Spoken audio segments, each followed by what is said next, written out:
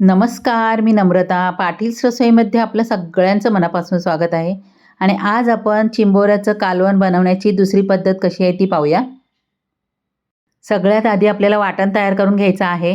तर थोडंसं अद्रक, मूठभर लसूण, सुकं खोबरं भाजलेलं, ओलं खोबरं, कोथिंबीर आणि हे बारीक वाटून घ्यायचं आहे पाणी वापरून.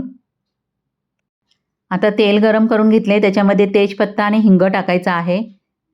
त्याच्यानंतर जे वाटलेलं वाटण आहे ते याच्यामध्ये टाकायचं आहे. आता याच्यामध्ये टाकायचं आहे हळद आणि मसाला टाकायचा आहे. बाकी काही टाकलेलं नाही, या मसाल्यामध्ये सगळं आहे. गरम मसाला वगैरे घरगुती मसाला आहे हा माझा. आता छानपैकी परतून घ्यायचं आहे. जितकं चांगलं परतल तितकं तेल चांगलं सुटेल. मसाला आपला परतून झालेला आहे. आता हे चिंबोरे आहे, त्याला खेकडे पण म्हणतात. हे साफ करून घेतलेत आणि छोट्या साईजचे आहेत म्हणून अख्खेच ठेवलेले आहेत.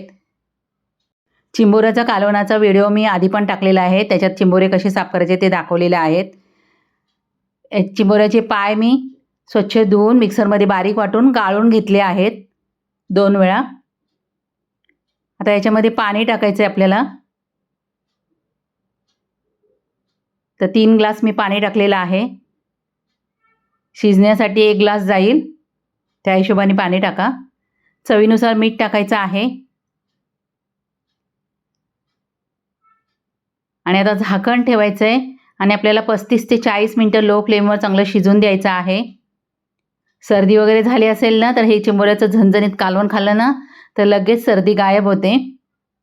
आणि पाहू शकता मस्त आपलं कालवण तयार झालेलं आहे. खूप छान लागतं असं कालवण. मस्त झणझणीत बनवा.